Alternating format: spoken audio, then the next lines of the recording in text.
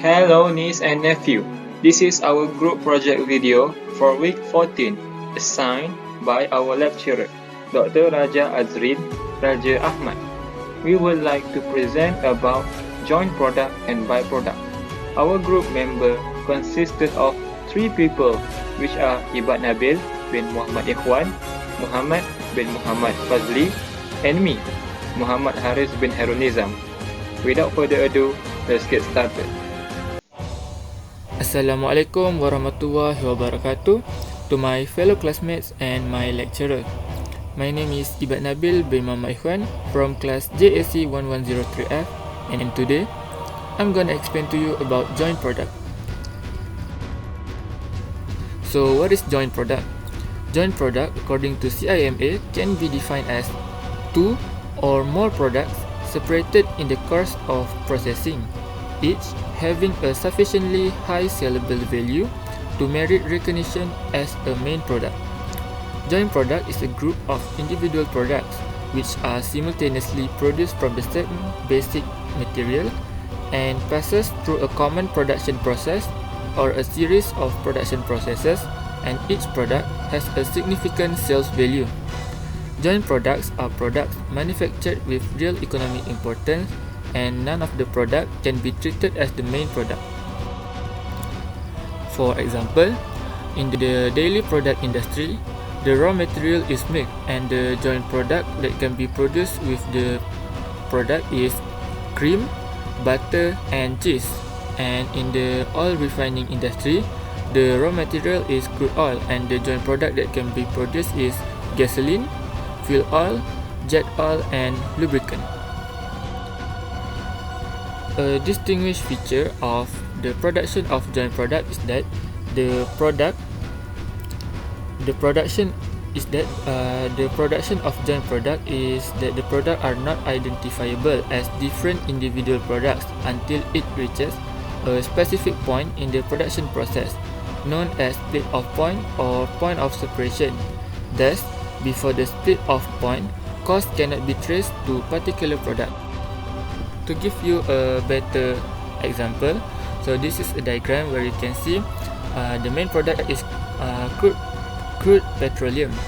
So before the product can be produced into joint product like gasoline, fuel oil, and lubricant, the joint product cannot be identified as an individual product because until it reached the split off point. So before the split off point, the product cannot be identified as individual product. So that's all from me. Thank you. Hello, my name is Muhammad Haris bin Harun Nizam. If you're wondering what I look like in real life, this is my picture. I'm going to teach you what is joint cost. To make it simple, joint cost is costs that appear in the process that create joint product at split off point. Split off point means the moment that the same substance uses in the production divided into different joint products. But how to apportion process costs into all of the joint product?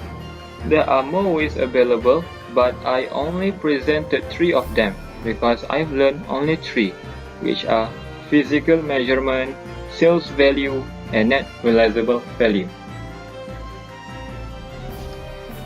Technique 1. Physical measurement. This is an example question I've created just for you. The question said that cost of producing product A and B is 100,000 ringgit, which means that 100,000 ringgit is joint cost. There are 20,000 units produced for product A and 40,000 units for product B.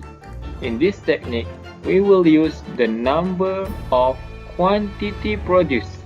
As you can see, to find the apportion cost for A, I take the number of quantity produced for A, which is 20,000, over the accumulated unit produced for A and B, which is 60,000 units times joint cost, which is 100,000 ringgit. To find CPU, I just needed to divide the apportion cost that I get earlier with the unit produced for product A, which is 20,000 units. And then I have the CPU. And for product B, you just need to repeat the same process to get the answer. Okay, we move on to the next technique. Technique 2, sales value. The additional information that I presented said that sales value of A is 60,000 ringgit and B is 100,000 ringgit. All you need to do to find joint cost for A is by take the sales value of A over the accumulated sales value of A and B, and then times it with joint costs. To find cost per unit, divide the amount that you get previously with unit produced for A. Now, you need to copy the same method to find B. Move on to the final technique. For net and realizable technique, I have made up an additional info that tells us that after the split of point, the product A and B incurs further processing, and the further processing cost for A is 40,000 ringgit and for B is 60,000 ringgit. To find joint cost for A, I need to take sales value of A from previous slide and then minus it with further processing cost for A. The amount that I get is what we call net realizable value, and we just need to divide it with accumulated net realizable value of A and B and then times it with joint cost to find apportion joint cost. I think you guys already know how to find CPU for A, right? Okay, and then you need to copy the same method that I used to find B. I would like to thank you for lending me your ears and wish all of you the best of luck. Assalamualaikum warahmatullahi wabarakatuh. My name is Muhammad bin Fazli, and you can see picture of mine on the top left of the slide.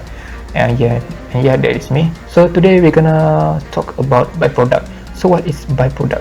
Byproduct is product which are arise incidentally in the production of the main product, which mean it is not intended on when making the main product, and we can say that it is a leftover from the making the main product. So here are the example of the byproduct.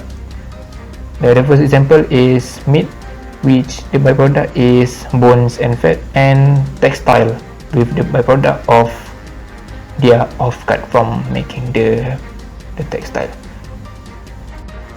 Byproduct usually happen on further processing after separation from the main product, and it has low or minus sales value since it is small product from the main product. It is leftover, so it makes sense that it is less value. And joint cost should not be allocated to the byproduct because byproduct is not main product and it should be separated. Byproduct revenue should be deducted from total joint cost before apportion to joint product. It is must to deducted from the total joint cost. Sales value of the byproduct. So the first categories of sales value byproduct is market value at separation point. The final sales value of the byproduct deduct its further processing cost after split of point, and second category is comparative value, where the realistic value to put on the byproduct would be its bought in price or the price of an alternative. The third one is standard price. Standard price could be set after the consideration of historical record.